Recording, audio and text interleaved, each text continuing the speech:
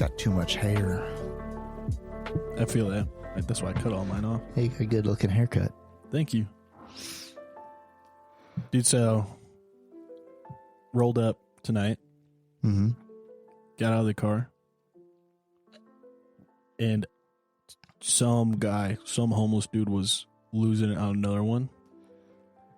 And I walked over just to the end to just take a peek to see the direction it's coming from. Mm-hmm. Dude, and these two guys were going at it, man. Like, just Yelling and pushing and shoving. And one dude was really pissed off at this other guy, Ramon, man. And it was like, I don't know. It's kind of one of those things where I was like, do I call the police? Because this is looking dangerous. It's escalating. Yeah, these two guys yelling and screaming and hollering at each other. It was mostly just words, right? But I was also just like, but also, are the police going to show up if I call them? And I describe like, yeah, there's two homeless guys fighting over here at the edge of town. Mm-hmm. I don't know. But anyways, just thought you should know. It was we always get such eventful scenes driving in here late at night to record, and I was pretty shocked. I mean, that was the first time I saw actual like aggression and violence between two of them over there. Really pissed off. I couldn't really make out exactly what the cause of was. They were just like, could you, Ramon, you always do this. I'm sick of it, Ramon. And the other guy, like, dude, come on, man. Like, it's not like that. And like, I was just like, what the hell is going on, dude? Like, and I just wanted to make sure they weren't like, you know, people stabbing. Here's the thing, man, and it's super strange. You know, I'm willing to hear back your feedback too on what you think you would do, because this is like a hard thing for me to really err on. But if I had walked over there and saw like one dude straight up murdering another homeless dude, or not just murder, you know, but like beating his ass, I don't know if I'd get involved. I have not gotten involved on a lot of homeless fights. There's two times I can think of where I did get involved to separate it, and it really didn't help at all. You know, it just like, no matter what people were trying to do, it's like you just kind of like at that, like with those guys, they don't give a damn about breaking the law. Like, they don't give a damn of like any kind of scene they're causing. So what if they go to jail again? It's whatever. And like, you're just collateral at that point. And so like, I was looking at it and I was just like, I went over more than anything because I was like, oh, dude, what if someone's getting hurt? And I was like, but in my head, I actively said, if I see this dude just like curb stomping this other guy, and I draw my gun to make him stop, you know, stop his aggression, right? Am I willing to face like the legal hellhole of stepping in to defend another guy's life who is like a homeless guy who's in the middle of a fight and he's just losing? And I get it. It sounds so awful, but the truth is like, it's human life. So like, we should do what we can to preserve it and help. But at the same time, it's like, that homeless guy is probably not going to show up to court to testify that like my use of a firearm, whether or not I had a fire shot or not. Right. He's probably not going to show up to like, yeah, you know, he saved my life, or like, yeah, that guy was going to kill me. I was in fear for my life. Right.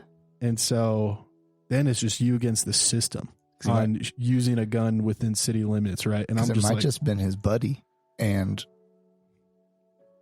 they're going to, like, you know, when it comes time to testify, they're going to say what they will for their friend. Or also here's the hard wild card, man.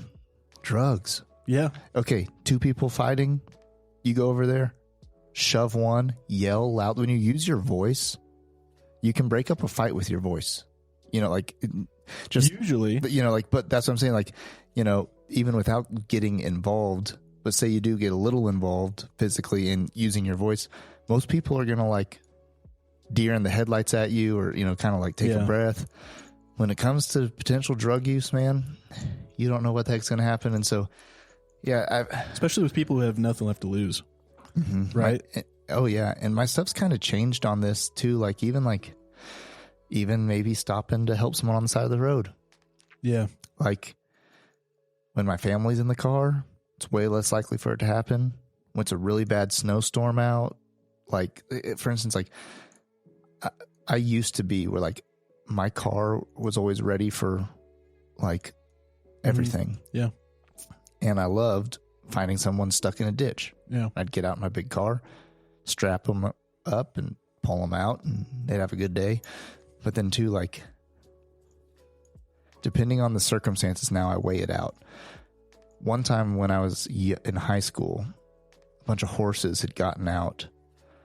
And there's this long flat stretch of highway in between Buena Vista and Woodland Park. And these horses had gotten out and were in the highway, and someone had smashed their little car into a horse. Oh, so the whole windshield was like crunched. I was in the car with my dad and my sisters. And my dad, like, there was some cars like helping, but then as we drove past, there were like, we got past the incident. And people were like, oh yeah, we're helping them. They're fine. There's horses on the road. We drove up like 200 more yards and all the horses were in the road. And it was like a kind of a wintry night. And my dad slowed down and I just got out of the car. I just got out of the car and ran and like herded the horses like off and down back like into their pasture. And then I got back in the car. My dad was like, what the hell were you doing? Yeah. Like you just stepped out of the car on the highway. You didn't tell me what you were doing. You didn't think about what your actions were. And it's like, well, the reason why at that age is a great age to go join the Marines, you know, when you're 17, 18 is because you can't die.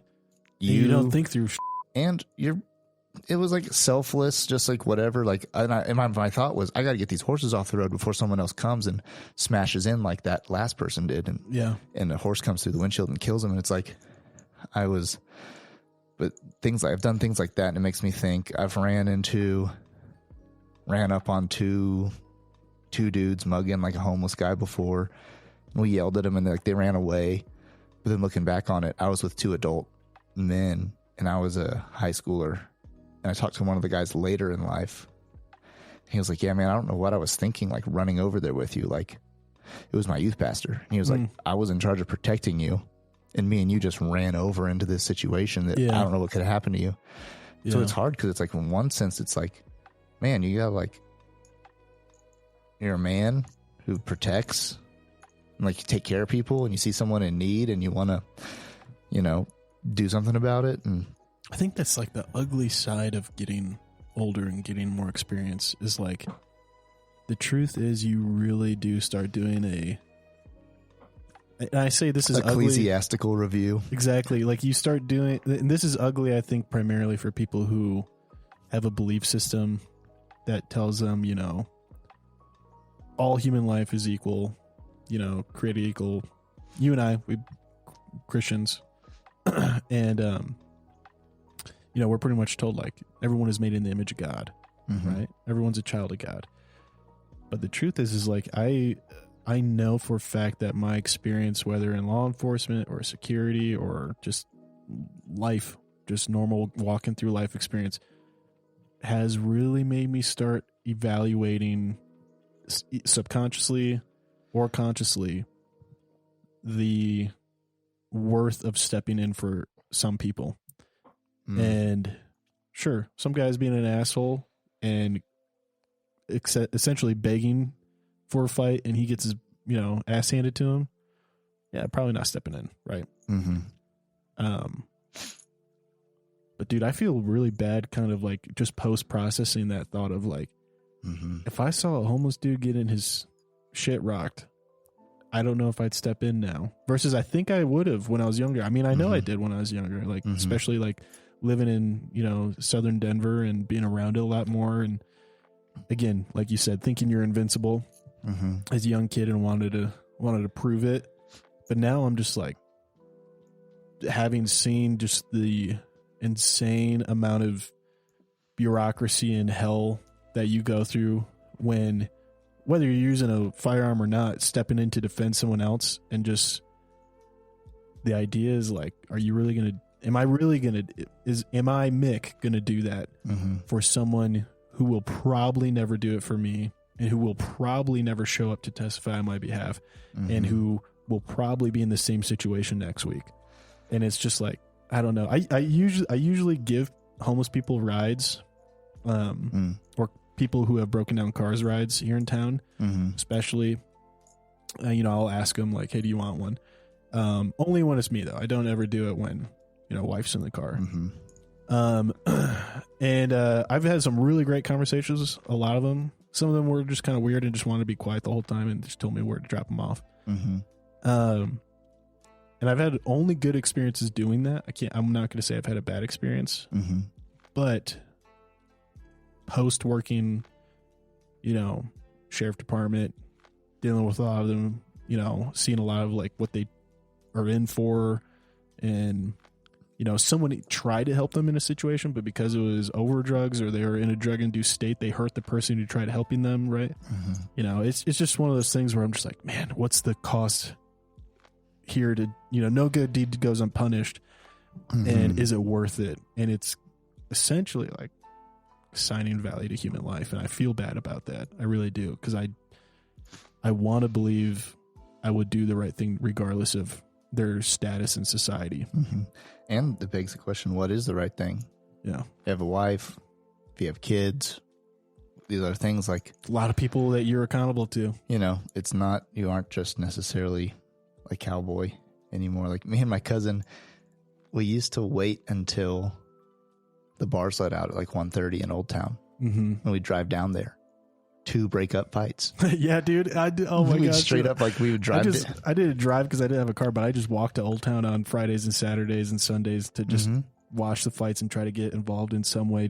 Not really looking to beat someone's ass, but just like the excitement. Yeah, we were down there. We were patrolling just like the PD does down there. Yeah, we were just maybe better at it. I don't know, dude. But like we would pick up, like there'd be like it'd be like super drunk girls there, like trying to find their way home. Yeah, we'd put them in our car and take them home. It is disturbing. Here, I was thinking about this, like having daughters or kids. Either way, like these drunk girls would just get in our car. No thoughts. We would roll up. Yeah, we'd roll up and be like, "Hey, do you guys need a ride?" They'd be like, "Yeah, thank you," and they just get in our car. And we were well intended, and we would take them to their house, drop them off, walk them to their door, whatever, and like that was good. But just thinking about like, oh my God, if you were like had nefarious intentions, like these people are just vulnerable down here in these intoxicated states. We helped one guy walk home. We're walking him home. He's like, I just live right over there. And he was like stumbling drunk. So we're like, all right, let's take him home. So we're walking him home. He's like, yeah, I live right over here. And we get up the stairs and he just starts peeing like on the porch. I'm like, all right, cool, dude. He's like, yeah, this is my house, bro. I'm like, all right. So we open the door and he like stumbles through and just falls on the ground and is just passed out drunk. And we're like, huh. And we look around and all we saw were like, girly stuff. It was like, there was like only girl stuff in this house. Like it was clearly like a college girl's house. And we were like, oh my God, this guy definitely does not live here. But we shut the door and left because he was inside. He made it into inside doors for the night. And he was not a threat, but it was just like, oh my God, we got to get out of here. We broke up a couple fights. And that was good. Like in some cases, it was good. Like some guys were getting freaking tossed and we were like, break it up or like make sure it didn't get out of hand, like, but then one time we found ourselves, we're two white dudes and we found ourselves in like in between what was about to be like a straight race brawl. Were you outside of Tony's? No. Dude, Tony's, if you're looking for people who are racially charged, dude, Tony's. Yeah, I won't say which Tony's because I don't want to like accidentally get sued for libel or whatever. I think at Tony's they're just homosexually charged. There's lots of, but we were at a different place. You got to clarify that so we don't get canceled. I think Tony's is kind of a gay bar. We don't have a gay bar, but Tony's is like. I think Tony's is where the repressed homosexuals go. Huh? Maybe I've never like been to dudes Tony's. who have to be super macho and. Huh? No, this is the other place. You've never been to Tony's? This is the other place with the surfboards. Yeah. And the club music. Yeah. And it was basically what happened was we saw like inside this club room, like dudes eyeing each other down and kind of like some shoving, and then some like, all right, let's take this outside. And me and my cousin are like, oh, it's freaking on. We walk out here in the back behind this bar, and there's two like roided out of their, jacked out of their mind, bald white dudes. Jacked. Mm-hmm. Smoke break. Smoke break. Hey, Ken, it's Mick, and I've got something important to talk about. We all hope we never find ourselves in a self-defense situation, but life's unpredictable. Enter the National Self-Protection Plan from Attorneys on Retainer, an actual credible law firm you can put on retainer for your self-defense needs. For just $35 a month, you get national coverage in all 50 states for criminal and civil legal representation in self-defense situations, complete with a 24/7, 365 toll-free emergency line. That's real legal support when you need it most. What's in the package? Bail bonds, scene cleanup, firearm replacement, even mental health counseling. Plus, 0 fees for a laundry list of defense-related costs like expert witnesses. So support the show and get yourself some peace of mind. Click the link in our show notes or visit our sponsors page to sign up for the National Self-Protection Plan from Attorneys on Retainer. Hey folks, Pat here. If you're like Mick and I, you're a fan of classic tales like Lonesome Dove, Blood Meridian, The Three-Body Problem, and Steinbeck's East of Eden. With Audible, you can dive into these epic stories anytime, anywhere. Sign up for a free month, and your first audiobook is on the house. To start your free trial and support our show, click the link in the show notes or swing by the sponsors page on our website. Want an awesome website for your podcast? Check out Podpage. We use it for the Mick Pat show, and it's a game changer. Set it up in minutes, no coding needed. Support the show by using our link to get started. Your podcast deserves a home as great as ours. Podpage, the one-stop solution.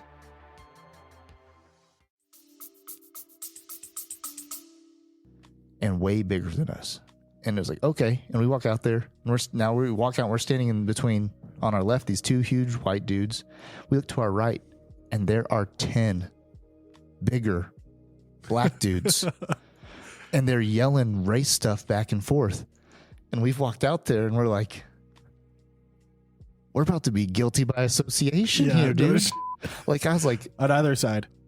Whatever the case, dude. I was like, this is not good. We got out of there because it was literally about to be, 2,000 pounds of muscles were about to be converging on each other. It was like, we're out of here. Yeah. But so all that to say, you got to weigh it out. And maybe the right thing sometimes, it's like, sometimes I don't know what the right thing is. Yeah. Yeah. And it's easy to shower thoughts, play it back. But hey, everybody. Welcome to Make It Pass Show. Another one for y'all. We're just kind of sitting down, discussing, the, I guess you could say, philosophy of stepping in to help others, especially when it's a threat to yourself. But what I want to really talk about, I should say this, what I really want to complain about, what I want to sit here and bitch to Pat about, because I know he can't get away. He's handcuffed to the chair until time's over, is just how miserable my travel experience was this holiday season. As many of you know, we did our last podcast.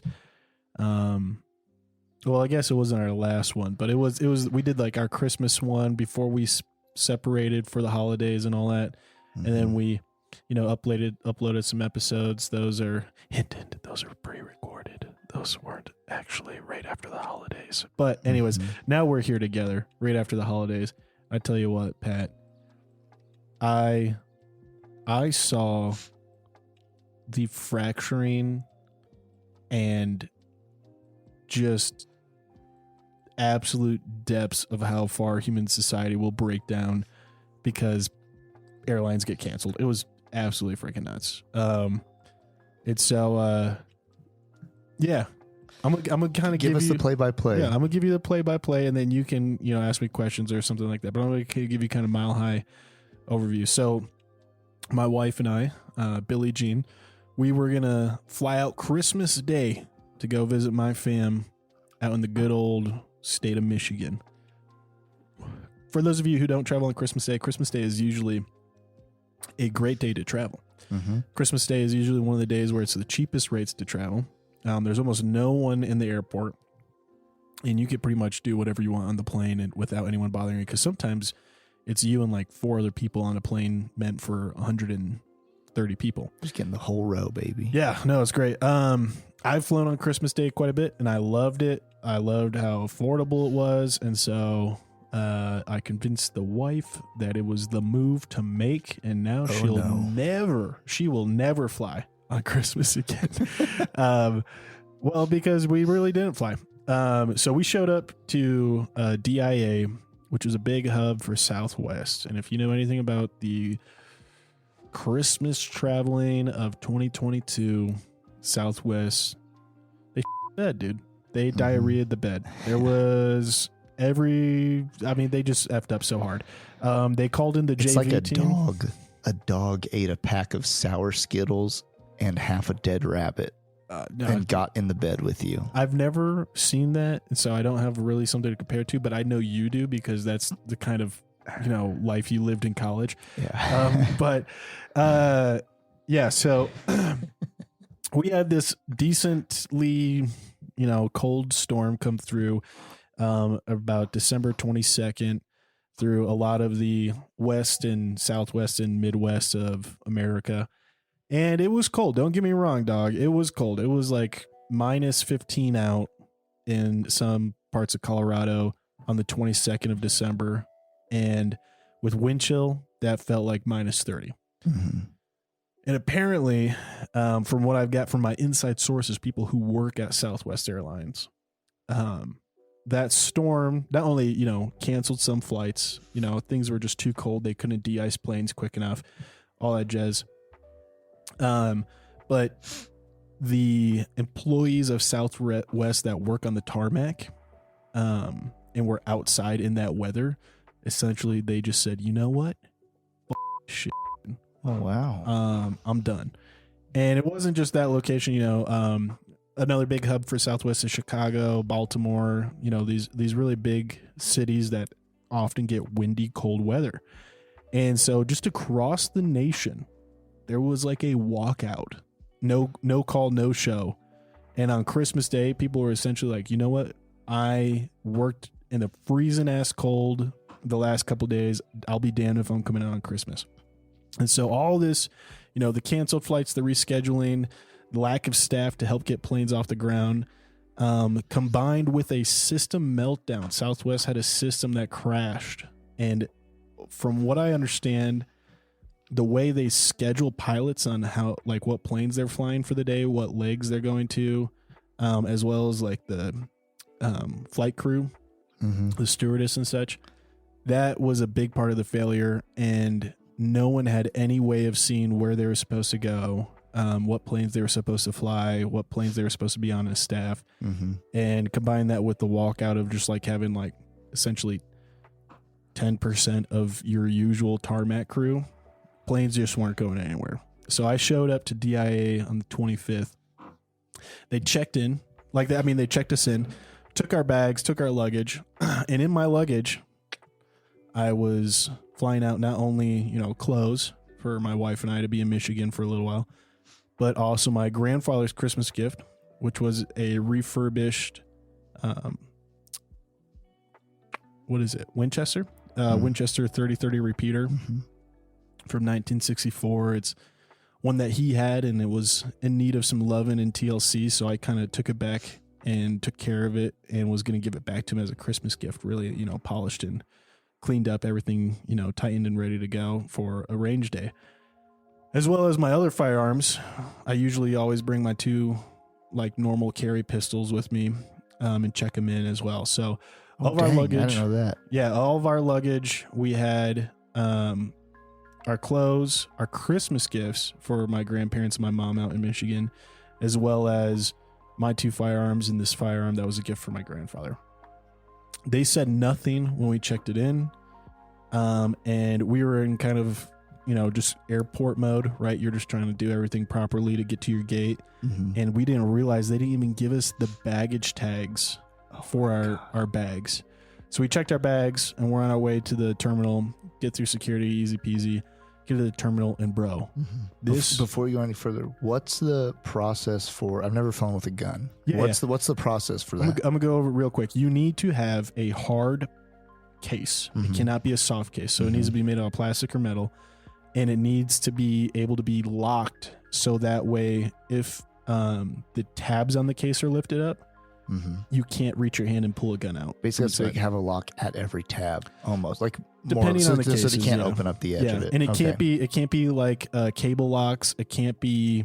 I don't think it can be combo locks. Yeah. Usually, I mean, pretty much like the TSA says, like it has to be a padlock with a key that prevents the case from being opened enough to get a gun out. What about if I want to put a box of ammo in the case with it? That's fine. Okay. I fly with all my mags loaded and the mags outside of the pistols. Okay. And so you cannot fly with the TSA rule right now is if there are bullets in the magazine, even if there isn't a bullet in the chamber, you cannot have a loaded magazine in the gun and fly. So you have to have you just have it next to it. Yeah, exactly. That's why we have big fat mag wells on our pistols. What? Not mag wells. Big what's the fluted part for a speed gun on the bottom of your pistol grip?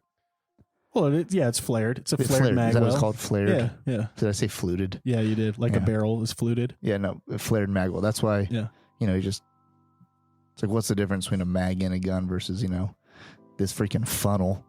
Well, they x-ray the guns. So as soon as you check the guns, you have to fill out like a tag with your information. And it goes either in the gun case or on top of the gun case, depending if the gun case is in a luggage bag. So like for when I fly with my handguns, so that way I don't have to count my gun case as another checked bag. The gun case is locked and then goes in the suitcase with my clothes. And then I put a little like, depending on the airline, it's like a tab or a card that you tape on top of the gun case with all your information on it, which is relevant because that will come into play later. When you walk in, is there a special gun counter? No, or do you just go to full service? You just go to the same, like stand in line and walk up to the lady standing behind the counter to bag check. So that's called full service. And you walk your gun in the case right up to her. Yeah. Okay. I mean, it's in the luggage and you tell them, hey, this is exactly what I say. Hi, just so you know, I have a couple firearms in this suitcase.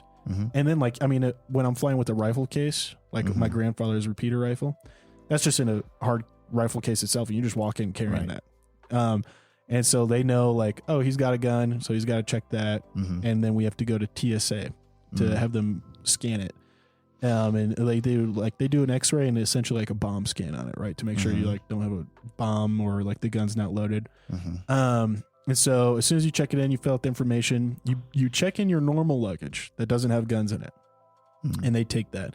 Then you have someone, usually airport staff, walks you over to TSA security checkpoint where it's not the normal one where you walk through in line, right? It's a different one. And then they scan your guns. They say, hey, it's all good to go. And then the airport staff takes your cases and you go, do your normal security check-in with them and hope. Well, in the TSA, they just take them back to the airline and say, hey, these are good to go. Load them up. How does that end up back in your suitcase? It doesn't get taken out. You bring your whole suitcase over, scan it. I see. I understand now. And so, anyways, we got down to the terminal. Good old C-27 was our gate that we were supposed to fly out of. And the terminals at DIA are very, kind of T or I shaped, you could say, where you're at the end of a terminal and there's nowhere else to go, like other than to turn back. And dude, oh my, Pat, absolute pandemonium. Usually you go to like these terminals at their ends where your plane's going to depart. And there's a couple other, maybe 30 other planes along the way, 30 other terminals or whatever. And there's sometimes 100 people waiting at each one, but most of the time it's like 100 people at this one because it's about to board. And then at this one, there's only like 2 people waiting because they're early. There were thousands of people, Pat, like just waiting in line for talking to customer service at the terminal things, as well as just people sitting. There was people laying down everywhere. You're just trapped like sleeping. Rats. Well, what we found out was like a ton of these people had tried to fly out on like the 22nd of December, and their flight got canceled. And it's the 25th. It's the 25th today. All right. Their flight got canceled. So then a lot of them aren't Colorado residents, right? A lot of them don't live here, so they didn't have anywhere to go. So then Southwest or whatever other airline had to send them to a hotel. So they go to the hotel and they wake up the next day and they come back to the airport. Keep in mind, all their luggage, all their toiletries, all their clothes, it's already booked up on a flight. It's on a plane, and they don't get it back when the flight's canceled. It goes to a warehouse where it's stored until it can get flown out. So most of these people have been living in their clothes since the 22nd when their initial flight got canceled. I met this old guy and his wife. They had been going to the hotel. They get driven back, go to the hotel because the flight got canceled again, doing this over and over for 4 days. Wow. He was from Texas, and his connecting flight went to Denver where it got canceled. And so he was in Denver and wasn't able to go on his last leg of the flight. Him and his wife had nothing. And he was just looking at me, bro. And like this man, he was at the edge of his rope. Like he had no dignity left. He's just talking to me, you know, his 1,000-eye yard stare. He's like, I woke up this morning and I made sure that my underwear was dried, because what we had been doing is washing our clothes in the sink of the hotel and then drying it with the little hair dryer in the hotel room. Nice. And like, because a lot of people, you know, they save their money for like the whole year, because a lot of people don't have enough money to fly easily and comfortably. Right. Or go out and buy stuff because their luggage isn't with them. So a lot of these people didn't have money to like just tell the Uber taking them to the hotel to also take them to Walmart so they can get more clothes or more toiletries. So these people just like are at the edge of the rope of like what they're willing to be patient for. And I mean, there was fights breaking out. There was people getting arrested. I saw like one airline stewardess. I don't know what airline she was on, but she was at one of the bars just drinking. And she was supposed to be flying, and the police came up and started like talking to her. And there was someone from like the actual airport talking to her. And they're like, well, we know you've been drinking. We can see you have 3 drinks in front of you. And they arrested her because she just was like, she just got to the end of her rope and was like, fuck it. Like, oh my god. I'm just going to drink while I'm waiting. You know, it was nuts, man.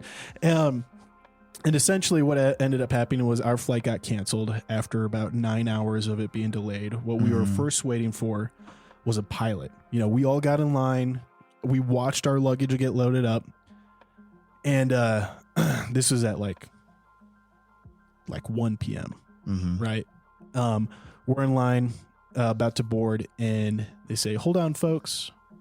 We have a little technical difficulty here. We don't have a pilot to fly the plane. And we're like, what? And I immediately knew from like my flying experience, I was like, this is not going to be a 10-minute resolution. Yeah. And so I went the guy and from sat down. Texas just walked up and he's like, I'll fly this thing. Get him the hell out of here. I met that guy way later in the day. But there were pilots in line to get on the plane, like pilots for Southwest that were going to be passengers, because they were taking this to Detroit, and then, you know, Detroit would be where they fly their actual planes out, where they start their shift. Right. So they were just going to be passengers for this leg. And both of them, and like, we're kind of like trying to talk to the people, be like, hey, we'll, you know, if we needed, we'll fly this plane. We'll start our shift now. But because the system was down, they had to do everything by phone, and they were calling in to Dulles.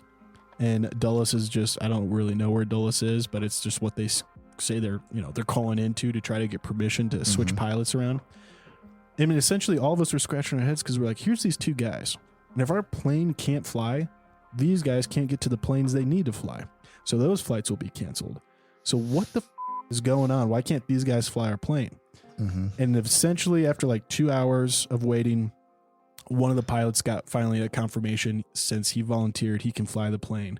But now we're short 1 flight attendant, and we can't fly because we're short 1 flight attendant. Drunk lady. And I'm just like, man, someone get me a apron and a dress, and I will be this flight attendant, dog. Like, I'm ready, dude. I have it all. I fly enough that I have everything memorized about, like, you know, hey, here's the responsibilities of the exit row. will you give me a confirmation with a yes that you were willing to willing and able to yes. take on the responsibilities of the exit row? Right. I got all the motions and stuff memorized for how much I fly. Here's a life jacket underneath your seat. Yeah. We're not going to land in water, so just put your head between your legs and we really overshot. Kiss your ass goodbye. Yeah. And but you know, I understand there's like FAA regulations. Flight attendants go through an insane amount of training. You can't just like replace that, right? But we watched our whole flight crew get on earlier.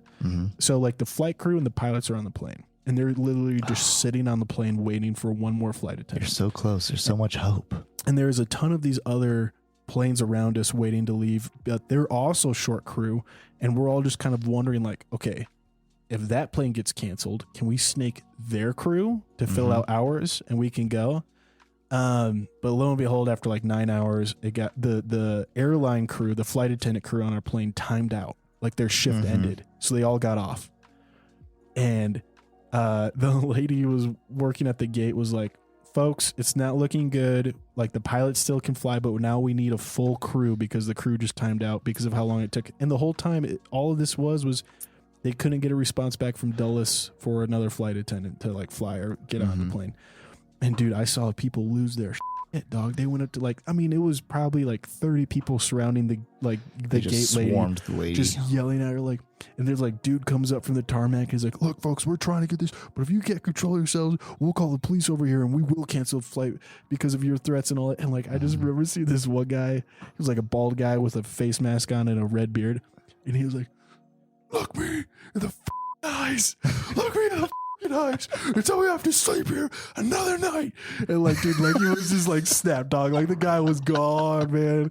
And like it wasn't just him. There was other people like, yeah, like losing their shit. And like he's like, my contact is growing plankton, and I have a streak in my underwear, a freaking mile long. Get me out of this place. And my wife, like, as soon as this happened, like, I was like, we're out of here, like, because it was falling apart so quickly. I was like, we're leaving right now. Like, we'll call your dad. He'll come pick us up. We'll go stay at your parents' house. Like, but we're not hanging around here any longer. I had like waited in line for the guest desk to see what our options were. If there was other flights, if Southwest would comp us and cover us to go on another airline, and they wouldn't. You know, Southwest refused. They're like, no, like if you cancel the flight, you can get a refund, and then if you go purchase another airline's flight, like that's on you. We're not covering that. At the same time, I was looking at flights on my phone, and I literally watched the price update. You know, normal Christmas flights, one way, about $100, right? Like internationally, right? And it got to the point where I was watching Delta Airlines started like minute by minute updating the price. One way ticket from DIA to Detroit was $1,095 at like 6 p.m. on Christmas Day. Dude, that Flint water's a delicacy. You got to sell that stuff, right? I was losing. And here's the thing, man. We were all losing our minds because we were like, the FAA regulates that you need X amount of crew for the plane to fly. But the FAA also helps regulate price gouging. There's like laws against price gouging. Really? Yeah. I didn't know like that. Actual laws saying like competing airlines cannot gouge their prices to like, you know, in a crisis like this. But apparently that regulation just got thrown to the side. So that way, you know, all these other airlines were gouging. I saw on the day after Christmas, I went back to the airport to try to get like, you know, answers for things and figure out where our luggage was. There was a guy I was in line with, and in front of me, he and his wife were looking at flights to Miami because Southwest canceled their flight to Miami. They were trying to get the flight there so that way they could go on a cruise. And now they were going to miss the boat for the cruise. And this guy's looking, and he's like, here's the next flight out of Miami. And he shows me it. Not even first class, $5,000. Oh my gosh. Yeah. $5,000 one way per person, not first class, just to have a seat on the plane. Really? Your luggage probably won't even be there, right? And it was mind blowing, dude. But anyways, all that said, we went back on the 26th. My wife was really sick. I was still pretty sick. You know, we were trying to get over kind of the seasonal flu. We didn't have COVID. So that just kind of made things worse, but she was waiting in the cell phone lot in the car while I was just in line at the airport. So you went to the airport with no intention to get on a plane. No, dude, I was just trying to get our luggage, man. I don't know if I've ever been to an airport without planning on getting on a plane. It was nuts. That's when you know you're in a bad situation. Yeah, it was nuts. We were pretty much told on Christmas Day, hey, your luggage got loaded on the plane. It's been booked to go to Detroit. It is going to Detroit.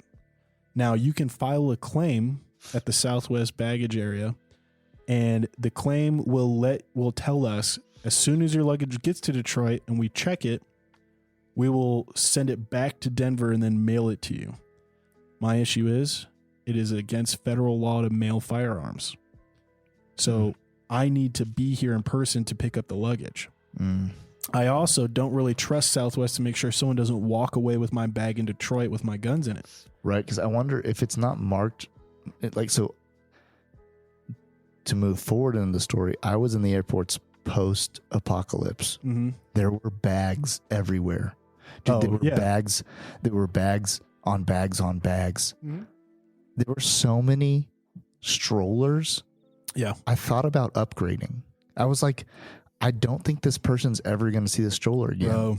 Like, I should upgrade right now. There was a nice pair of skis. Don't. I thought about upgrading. I didn't. You'll go to hell. That is a cardinal sin in the Bible, is to steal someone else's luggage, dude. And to steal their stroller. Yeah. No, I didn't do it, but like, here's the deal. Things had gone so far. I'm like, they're not ever getting this again. It's done.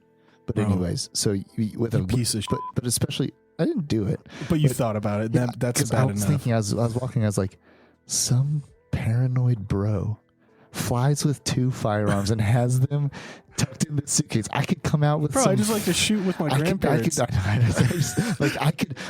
This luggage could be like, have like 2 guns. Could have like $5,000 worth of firearms and stuff in it. Yeah. So a more evil person might just start snatching that stuff. But anyways, so you should be scared about leaving a gun in your suitcase. Here's the thing. When you check a firearm in its case, and it's not in luggage, just the case, majority of actually all the time, in my entire experience flying, that goes to a separate area, when it's getting offloaded from the plane. And they hold on to it until you walk into the office and show your ID, and then they will go in the back room and get you the gun case and you leave.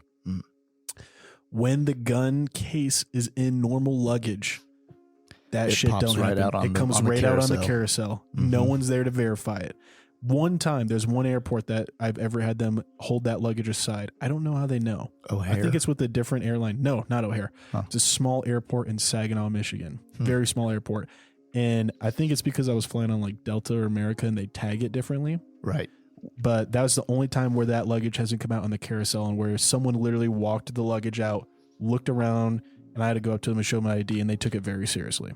And I really respected it. I really appreciated it. Right. But most of the time, when I get in Detroit, my gun's in the suitcase, come out on the carousel, and anyone can freaking grab it if I'm not there. So all I was trying to do on the 26th, I accepted we're not getting our bags. Our bags are going to Detroit. They're going to be in Detroit. They're going to be in Detroit an indefinite amount of time before we get them back in Denver. Best thing, everyone was telling me Southwest, they're like, you want your baggage back? Go to Detroit and pick it up in Detroit. Because it's going to be weeks, if not longer, to sort it out. Yeah. At the same time, all of our luggage was in a hangar in Denver still. It never left. And I'm just like, dude, if I can, let me go look and grab it. I'll walk down there and pick it up. And they're like, no, you can't do that. And I was like, all right. So I'm just trying to tell them, like, is there a way, and this is what I'm waiting in line for pretty much on the 26th, is there a way to, in your system, email the people at Detroit or mark it in the system that this suitcase needs to be set aside for handoff? Because they do it at Saginaw. Why can't they do it at Detroit? And I'm pretty much just being told, like, tough shit, tough titties, like, sorry. It's just going to go out on the carousel. I was literally told by a Southwest person in the baggage office, like, we don't operate under the assumption that someone's going to steal your luggage. I said, I understand that. But do you know what happens if this luggage with firearms in it gets taken by somebody? I have to report it to the police, and the police, because now it is like crossing state lines, it gets a ticket with the ATF, and now the ATF have to come in here up your ass, observing cameras, seeing when did it go missing, who got it. And I'm trying to let them know this, not like a threatening manner, right, but just like this is going to be a huge hassle. I'm not losing a hairdryer here, lady. Yeah. And but anyways, that line I waited in was 7 hours. About 2 hours in it, with the way radio was going, I called my wife. And dude, this is a prepper. This is a prepper pro, right? I always have my cars loaded up for just like the worst roadside emergencies. I always have in both of our cars a tent, couple camping chairs, couple sleeping bags, and a roadside emergency kit with like jumper cables.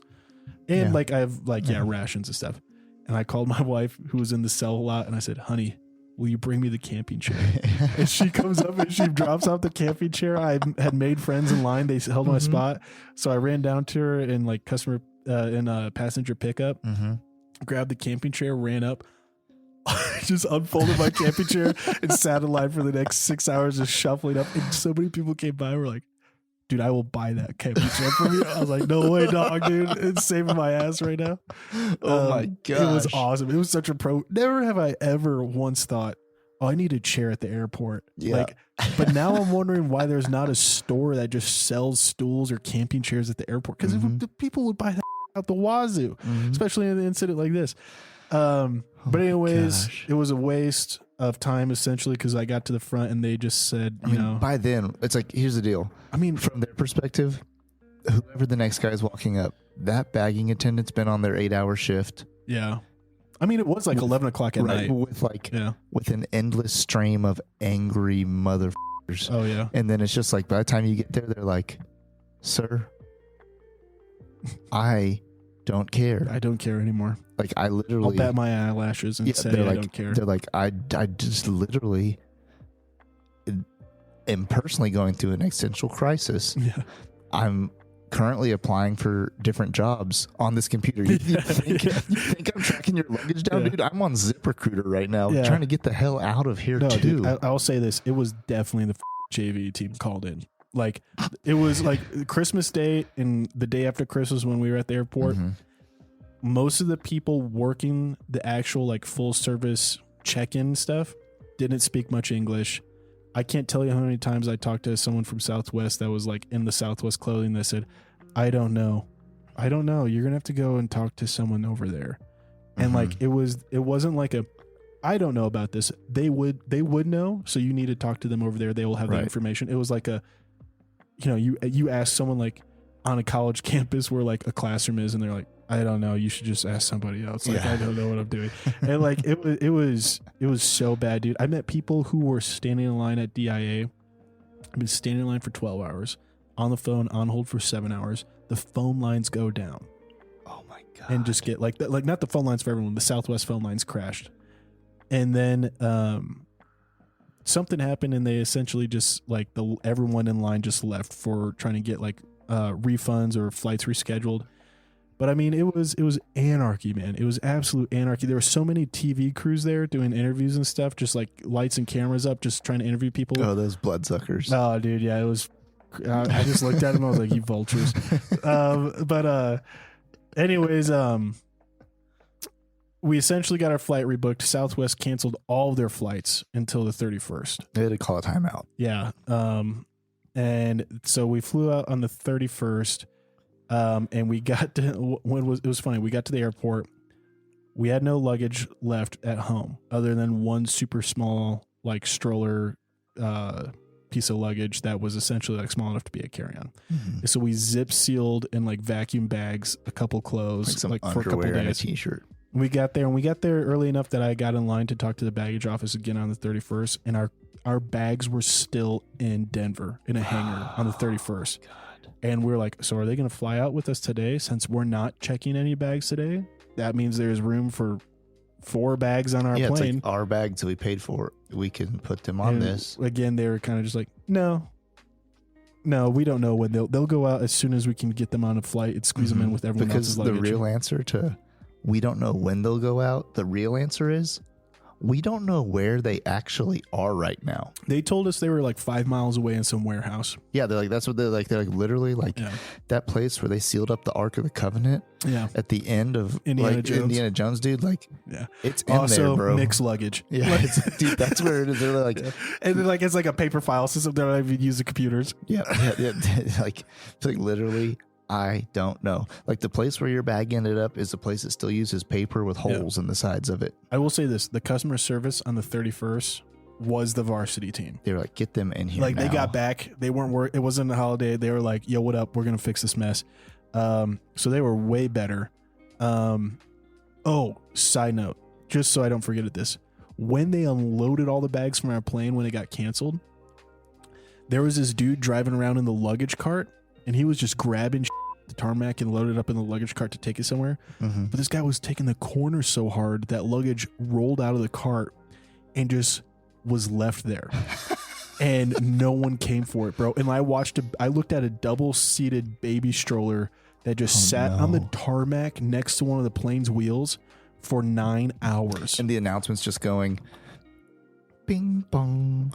If you see unattended baggage, dude, please report it immediately. Yeah. If you see unattended baggage, there's just bags everywhere. What Dude, the hell is there's like this? so many people taking photos and posting on Twitter like, hey, Southwest, this baby stroller and these suitcases have been on the tarmac next to the plane for 9 hours. Who's going to come get them? Oh my God. So it was a nightmare. But anyways, we get to Detroit, we get to Michigan, get to family. What date is it when you land? 31st. So it took We 6 days to get out to Detroit. Mm-hmm. We get out to Detroit and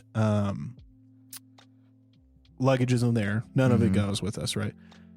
So we just have our backpacks, our work computers, and I'll carry on with like some 2 days worth of clothes. Yeah, Pez dispenser. Yeah.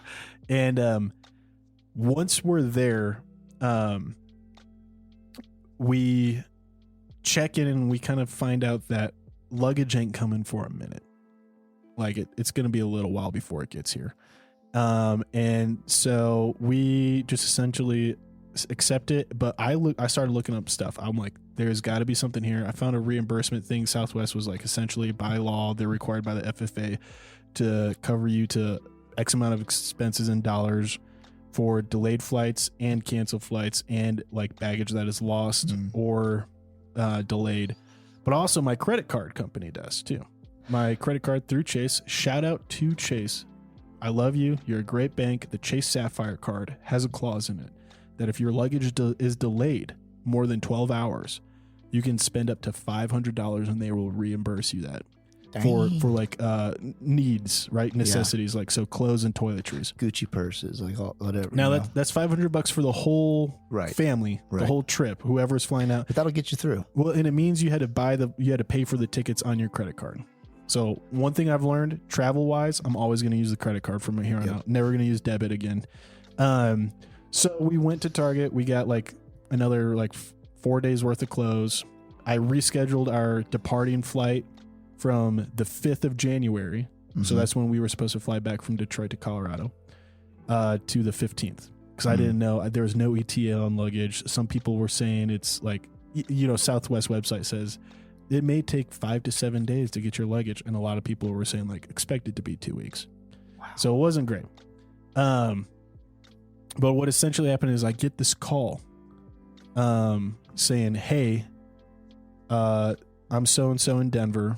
We're going to try to fly your luggage out. This was on January 4th. We're going to try to fly your luggage out tonight. It should get there at 9:30 in Detroit.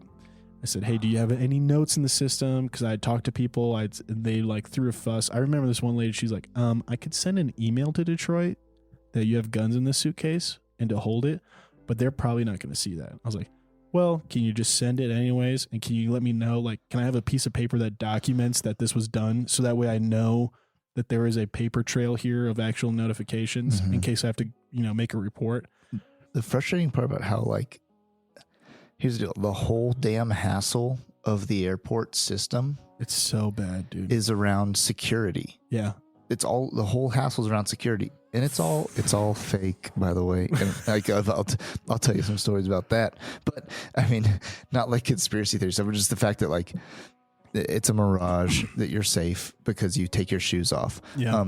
But so the fact that like there's all these great lengths that everybody goes to, and everybody who travels on a plane every day spends all this extra time and BS through doing all the security stuff for an airline to not take it seriously when you're like, I have weapons in this bag. They're going to Detroit. Remember there was that shooting that happened where a guy, his baggage came off the carousel and he just pulled the gun and started going. I know what you're talking about. I want to say that was in Denver. I can't remember. I know it wasn't there, but I'll look it up. I'll look up where that was. You keep telling me. Actually, let's ask our intern, Craig. Pull that shit up. God, Craig. Anyways, so resuming, January 4th, I'm told our bags should be there, if everything goes right, at 9:30 that night. Well, I talked to my mom and my wife, and they're like, you know what, should we really drive down there until we get the call that all the bags are there? Because what if we drive down there tonight and it's not all there, and then we have to drive another 2 hours back to Saginaw from Detroit, and, we only have one bag. And I'm like, you know what? Gosh, I kind of feel like we should go down just in case one arrives. What if it's the one with the guns? We should really go down just in case. I didn't say this to them, but this is what I'm saying to myself. And I just kind of was like, you know what? Nah, that'd be a lot of work just for one bag. And it's probably going to, we're probably fine. 8:30 p.m. Pat, I need you to look me in my eyes while I tell you this, bro. 8:30 p.m. January 4th. Yep. Bag has arrived. But I see on my phone it is not Southwest baggage calling me. It's Bruce. Bruce D. Who is Bruce D? I answer the phone.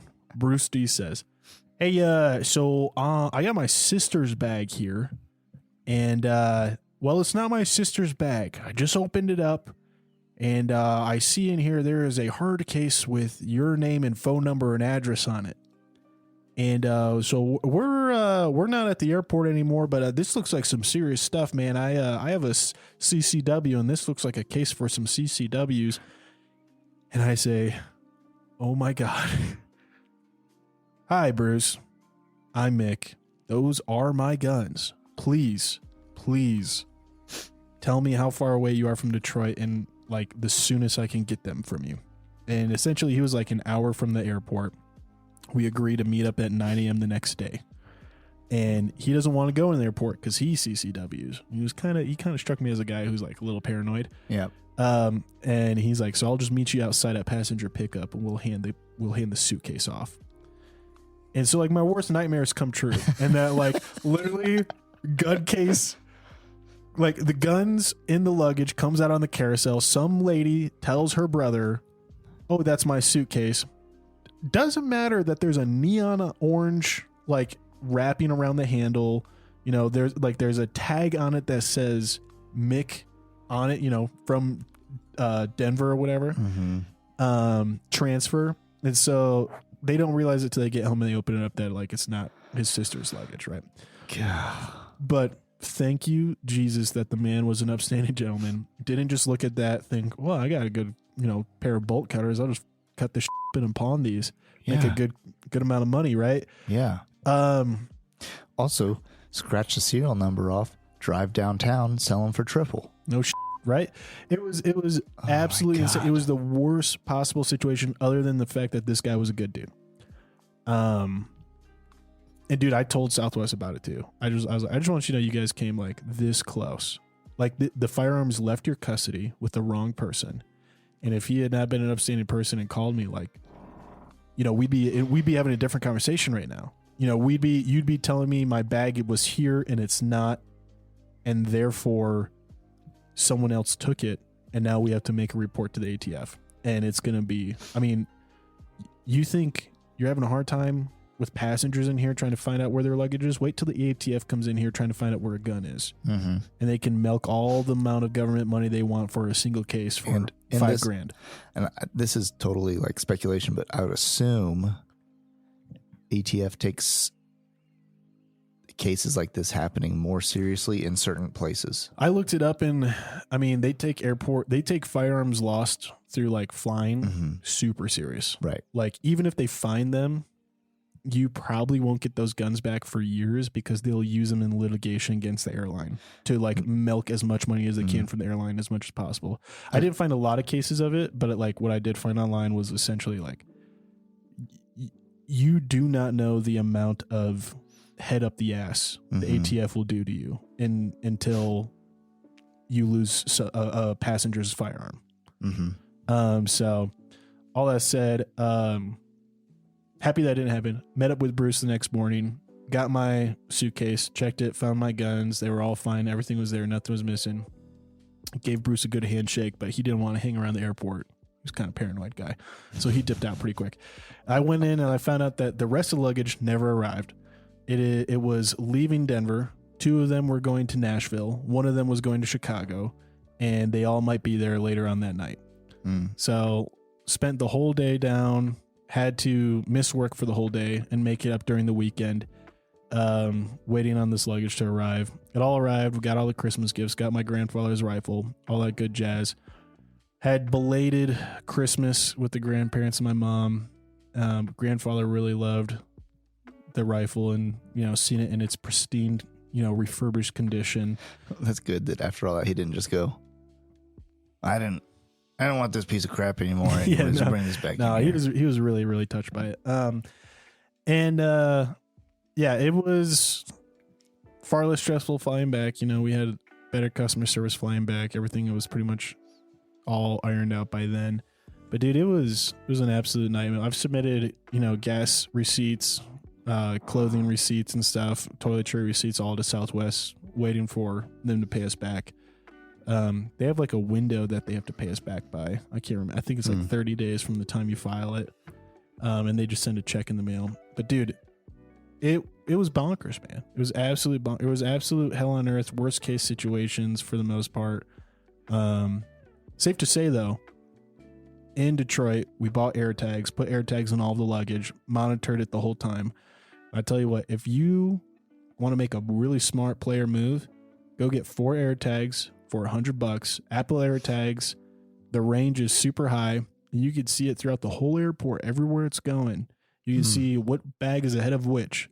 And we saw, by the time we were on the plane, we saw that all of our luggage was also on the plane, and we monitored it as well as once we landed. Not because we thought it was lost, but just like to see how the air tags worked.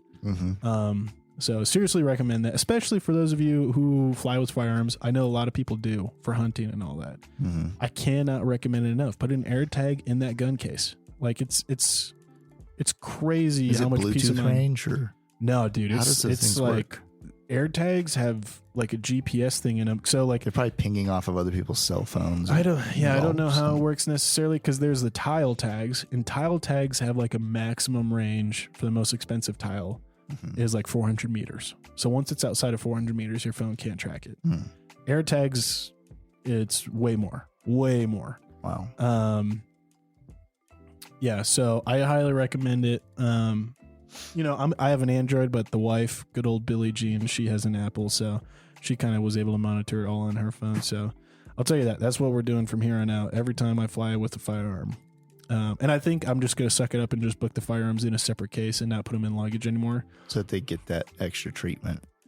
Yeah. Lesson learned, man. Lesson learned. But yeah, that was the hell of the holidays. But, Pat, guess what I got for Christmas, dog? What'd you get? I got 2 whole dinosaurs, man. Oh, dang. 2 dope-ass dinosaurs. So those are sitting up on the shelf now. How big are those things? Like explain it length, for our listeners. Length of this laptop. It's like a 13-inch laptop, MacBook. Yeah, so like 13, 15 inches. Yeah. Okay. And about like 6 inches tall. Okay, so what breed, for lack of better terminology, are these 2 dinosaurs? Well, one is known as Sarphonogonx, I believe, but it's just the scientific term for Allosaurus, which it's badass. Big, nice, cool, badass Allosaurus model with like iridescent purple on the scales. Is that an herbivore? No, that's a carnivore. Carnivore, all right. Yeah, it's a theropod, 2-legged carnivore. Short arms. And the other one is a really high detailed, more, I would say, realistic rendition of the Carnotaurus from the Disney movie Dinosaur. Yeah. Both of them are very, I would say, desk pieces.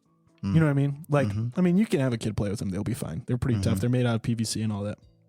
But they have such high meticulous paint jobs and stuff. Like, they really are like for someone who just want something a little bit more, I don't know, interesting to look at, rather than you're just past a the point statue where or a you take picture. the two of them and clink them together. Yeah. Now you just want to stare and think about, Yeah. did these things have feathers? Huh. Man, I wish I was there. Dude, bro, more than anything, I just stare at them. Yeah. So, I don't yeah. know why. Like, it's so weird. I get it's weird. I get it's nerdy. I don't give a shit. I will look at like these models and like how like detailed the paint jobs are. Like the Allosaurus one. Mm-hmm. I'll just pull up a picture and show you, so that way you can see what I'm talking about. But it has like this insanely bright orange tongue, Mm-hmm. and then like its eyes are orange, and then it has an iridescent purple hue on all the scales, and you see it, and it's just like you can't not help but look at it. It's, I don't know, it's memorizing, and it's more fun to look at than just like a silly bobblehead on your desk, right? Mm-hmm. But anyways, talked long enough. Pat, I'm sorry, but that was the whole breakdown. I feel like you enjoyed that roller coaster, and I hope our did. listeners did as well, and learned some advice from it of like, you know, Monday morning quarterback this. Feel free to figure out all the things I did wrong. I feel like I had a pretty good execution for the circumstances, especially having that camping chair in the car. I can't tell you how many times my wife was like, do we need these in both our cars?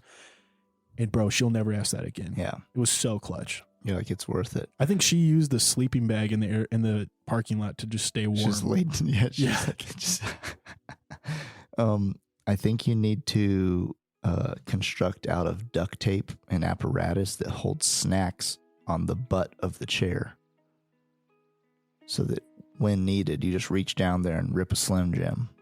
It's like the life jacket in the plane, but much more highly effective for what you need in the moment.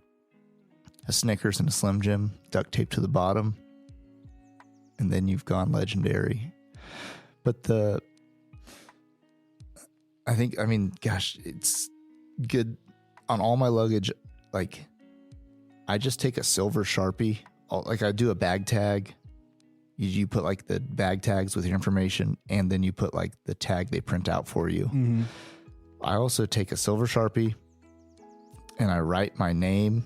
I write my last name and my phone number on my bags. That's a great idea. And That's just a like, simple step. And so like that simple step is also like what's like, you got to mark your luggage. And that's, so when Bruce gave you a call, it's like, it's so dang good that you had your phone number on there to be able to call that guy, or for him to be able to contact you.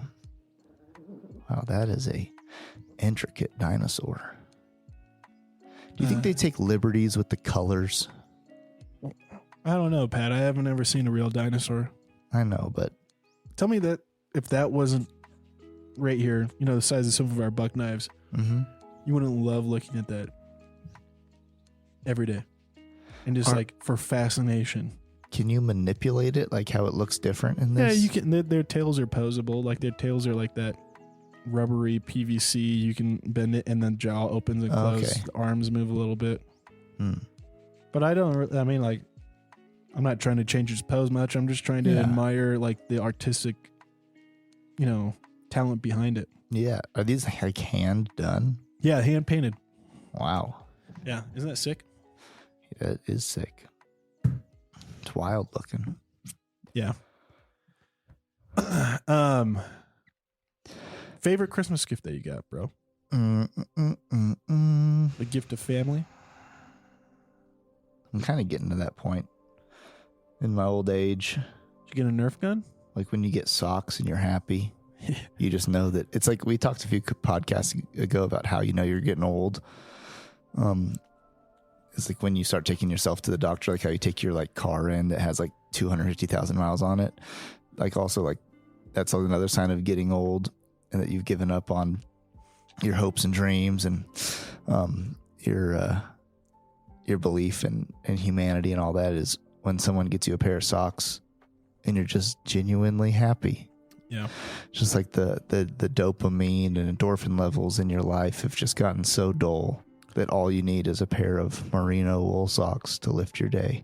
But no, I had a good Christmas with family, and I do actually, the funny thing is, it is like the gift of family, like getting to, we spent a week with my family and a week with my wife's family. So we got like a full 2 weeks. It was good. Hang out, be together. Got a chance to go swimming with manatees down in Florida.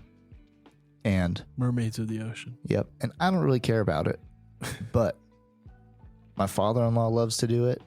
And my son was super excited about it. Yeah. And I still enjoyed myself. But like, so I get my son in this water, and it's not warm water, but it's not freezing cold. And it's the temperature where you got to get your head under, and then you're fine. Mm-hmm. So I get my 2.5-year-old son in the water. He gets all tensed up because it's cold. And I'll tell you this, he's been talking about swimming with manatees for the last 2 months because we told him about it way too early. Yeah. So we finally get there. Time to swim with the manatees, and we get in the water. He doesn't want to do it. And so I just grab him and I look him in the eyes and I say, hold your breath. I'm going to dunk you underwater.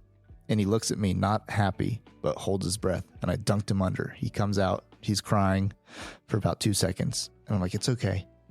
And I put him on my back and I have a snorkel on. And I start swimming over to where the manatees are. And while I'm swimming, I can hear through the water. I'm giving him a dolphin ride. His head's out of the water. And he just keeps going. After he stops crying, he says this for like 5 minutes. This is so much fun, Dad. This is so much fun, Dad. This is so much fun, Dad. Wow. He just that's a memory from Christmas that I'll take away. And just like, damn dog. My son, just like, he was full of life. So that was good. That is awesome, man. That's super sweet. Yeah. I think on the opposite side of that spectrum. Yeah. I mean, like, not still a good memory, right? But from the opposite end of like just like time with age and all that. Like my favorite part about Christmas is sitting with my grandmother and seeing her again. And dude, the truth is it's super sad. It crushes me because my grandparents have been surrogate parents at many points in my life. I spent a good amount. I've probably spent like 2/3 of my life up until college with my grandparents. Mm-hmm. And my grandmother always hugs me. Out of the way she hugs me now is very different than the way she hugged me a few years ago. And now she hugs me with this sense of like, this is the last time we might see each other. Mm-hmm. And dude, it crushes me, but like the hug is so different because she's 90 pounds soaking wet. Mm-hmm. But it is such a sincere and strong hug. Like she really holds me for like 15, maybe probably 30 seconds to a minute. Mm-hmm. I just love it, dude. I could live in that moment for the rest of my life and be in pure bliss. And it means so much to me because she's so sweet and she's such an ornery, hard woman. Like in that moment, like she is so gentle and is just like totally just telling me how much she loves me, and how thankful she is that we were out there again. And our gift to her this year was an electric photo album. That woman has gone through far more than I think 99% of the people in America today will ever go through. Mm-hmm. She's buried 2 of her own children. And man, I tell you what, once we get that electric photo album working, we got pictures of my uncles who have passed away on it. And also pictures of my wife and I in our honeymoon and my grandmother going fishing with my mom, and like just all these beautiful memories. And it just is always scrolling. I mean, she could not stop looking at it. She probably watched that photo album for several hours and just going over like the memories from the photos. And dude, it was so sweet. And it's interesting because I mean, like, it makes so much sense to me that like, yeah, the best memory for your Christmas is, your child having these moments where he's going to have these memories burned into his mind of just pure bliss with dad. Like an incredibly magical moment. Mm-hmm. And for me, man, like the best moment of my Christmas is like the magical moment of like someone on the absolute opposite age spectrum and life spectrum, just having pure bliss at the very twilight of their age, of their life, and being able to be a part of that.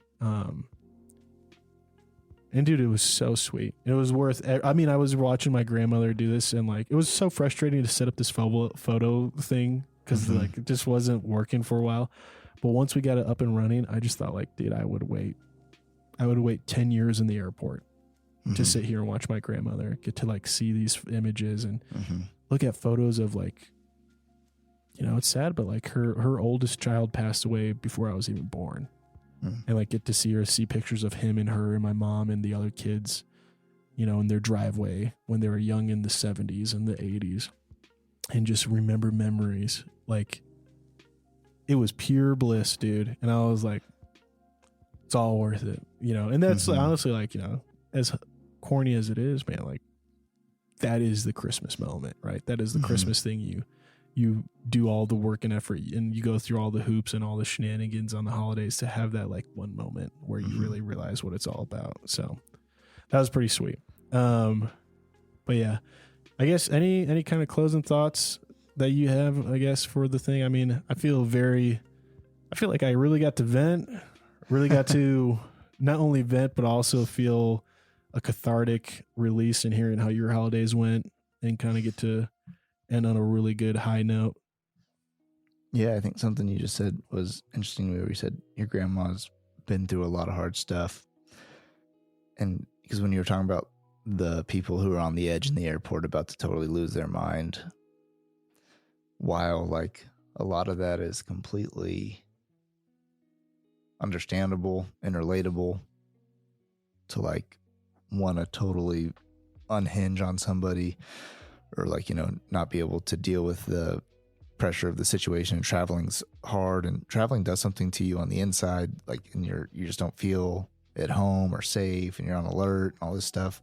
But at the same time, like, I was thinking about the fragility of maybe people now versus maybe people like your grandma, and their ability to go through hard things, and what they've seen that is hard, and do hard stuff. And so that's where there's always value in hard things. Like, you'll never forget this Christmas. Yeah. And that time with your grandma. Yeah. So. Yeah. Well, everyone, we hope you had wonderful holidays where you're stretched thin and found joy, or just holidays that were just easy and you got to fatten yourself up and enjoy time with family, whatever it may be. We're thankful for you as listeners, and we're thankful that you are here with us now. And we hope that our venting and sharing of our drama, as well as our highlights of the holiday, the things we're thankful for, is a comfort to you. And maybe you've got this opportunity to kind of feel like a little bit of a cathartic empathy with us. So if you got your own stories, please feel free to share them and let us know about them. We always love to hear just all the shenanigans that people go through during the holidays, or even what your favorite gift was. But all that said, thanks for listening. Yeah. Till next time.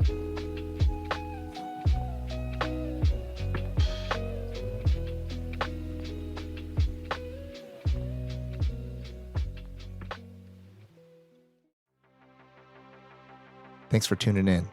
If you love this episode, drop us a review. If you have qualms or comments, leave us a voicemail on our website. While you're there, check out our latest news, merch, and deals from our sponsors. Till next time, Ken.